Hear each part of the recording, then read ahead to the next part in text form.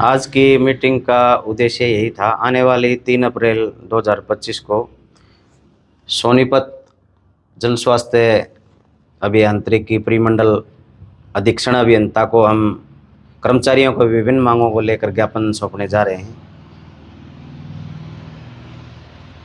तो उसमें क्या क्या ऐसा है जिसके कारण से ये मीटिंग रखी गई? जैसा कि सभी को पता है, पूरे हरियाणा को पता है, हरियाणा सरकार ने जितनी भी गाँव की ग्रामीण जलापूर्ति है वो पंचायतों को सौंपने का निर्णय लिया है और सरकार अपनी हठधर्मिता पर कायम है।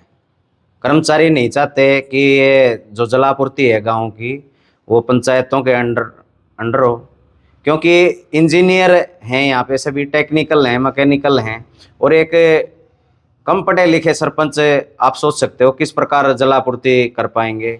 और सरकार कह रही है कि जलापूर्ति के साथ जो बिलों का डिस्ट्रीब्यूशन है, उनका कलेक्शन है, सारा ही काम हम पंचायतों को सौंपेंगे।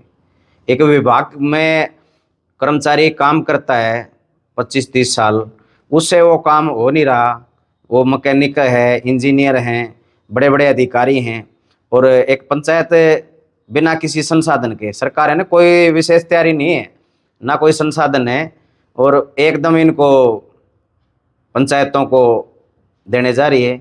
इसलिए कर्मचारियों में सभी में रोष है। इसका एग्जाम्पल मैं आपको पहले भी दूं, इन्होंने गवर्नमेंट स्कूल भी एक बार जिला परिषद को सौंपे थे, और जिला परिषद में जाने के बाद शिक्षा के मंदिर जिनको हम बोलते हैं उनका भट्ठा बैठ गया था। और पिछले दिनों 2-3 साल पहले खट्टर सरकार में भी नगर निगम में जलापूर्ति शहर की दी गई थी, उसमें भी बिल्कुल भट्ठा बैठ गया था। नगर निगम को समझ में नहीं आ रहा था भाई हम इस जलापूर्ति से कैसे पिंड छुड़वाएं, और कर्मचारी लगातार आंदोलन में रहे। उस टाइम की माननीय जन स्वास्थ्य मंत्री कविता जैन के आवास के बाहर लगातार 2 वर्षों तक धरना हमारे यूनियनों ने दिया था, और इसका पुरजोर विरोध किया। आखिर में कर्मचारी संगठनों की जीत हुई, सरकार को अपना ये हठधर्मिता वाला फैसला वापस लेना पड़ा। और मैं तो आपके चैनल के माध्यम से ये भी कहना चाहूँगा कि ये जो अब ग्रामीण जलापूर्ति देने जा रहे हैं, इसका बिल्कुल जलापूर्ति का बिल्कुल भट्ठा बैठने जा रहा है, क्योंकि एक कर्मचारी वर्ग अपना पूरे तन मन लगा के कार्य करता है और घर घर तक शुद्ध जल पहुंचाने का काम करता है। आज बड़े दुख का विषय है, एक तरफ तो हम ये कहते हैं भाई सरकार कर्मचारी हित में काम करी है, गरीब से गरीब तक, अंत्योदय जिसको बोलते हैं, वहाँ तक सरकार पहुँच रही है, उसके लाभ पहुँच रहे हैं। लेकिन एक तरफ ऐसा जल्दी होने जा रहा है, शायद ही पीने का पानी घर घर तक पहुँचे।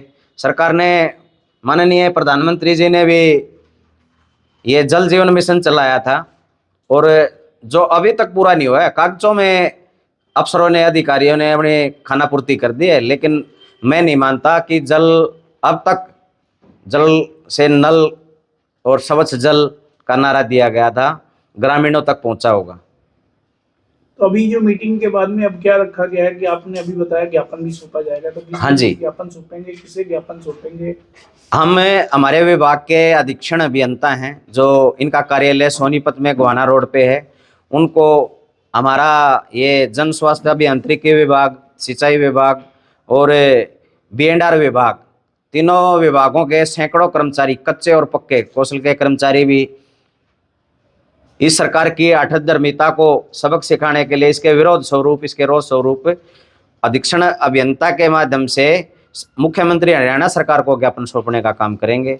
उस दिन हमारे राज्य के जो प्रांतीय अध्यक्ष हैं माननीय नरेंद्र धीमान जी, और हमारे चेयरमैन हैं माननीय ये रणवीर दलाल जी, और मैं भी स्टेट का प्रेस चीफ होने के नाते आज आपके माध्यम से सरकार तक अपनी रिक्वेस्ट, प्रार्थना, अनुरोध और अपना रोष आपके सामने प्रकट कर रहा हूँ।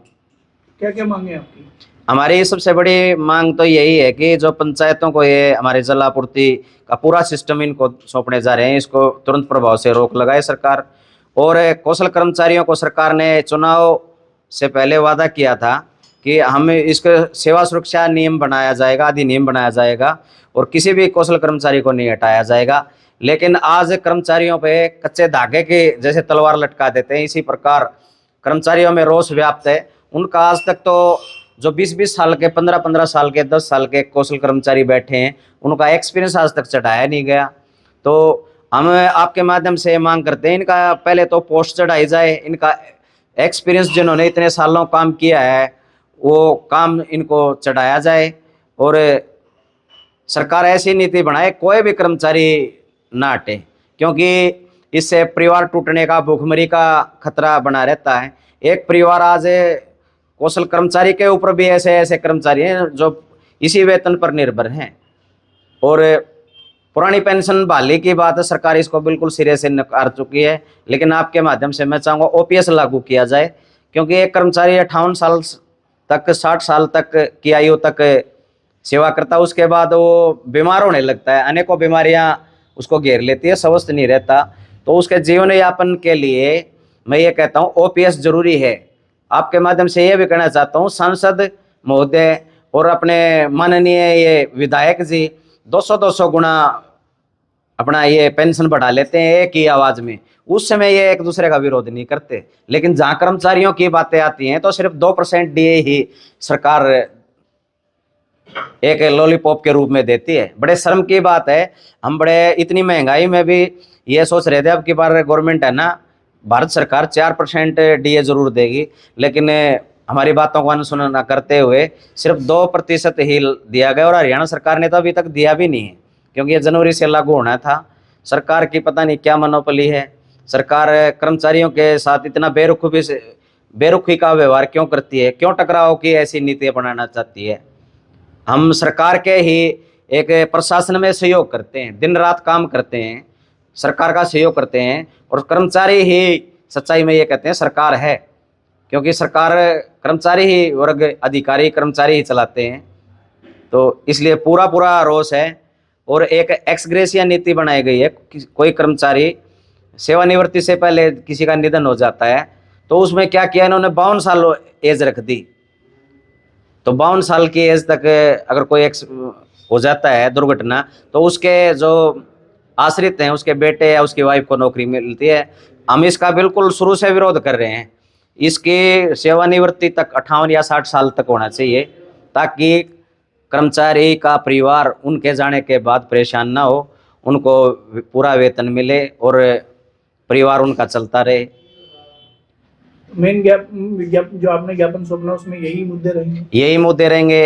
एक मुद्दा और मैं आपके माध्यम से कहना चाहूँगा, कैशलेस हुआ, पूरा सरकार ने पूरा दिखावा किया पिछले दिनों। कैशलेस कार्ड हमने कर्मचारियों को दे दिए, सेवानिवृत्त कर्मचारियों को दे दिए, लेकिन एक मात्र कार्ड ही है, उसको हम किसी हॉस्पिटल में, प्राइवेट हॉस्पिटल में इलाज करवाने के लिए लेके जाते हैं तो उनको कूड़े में डाल दिया जाता है, उनकी कोई वैल्यू नहीं होती, और बिल्कुल गलत तरीका सरकार ने ये अख्तियार किया हुआ है।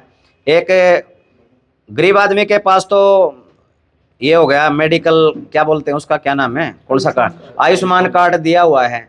जो मध्यम वर्गीय जिसमें कर्मचारी आते हैं उनके लिए सरकार क्या कर रही है, क्योंकि आजकल का वातावरण ऐसा है, कर्मचारी को बीमारियों ने घेर रखा है।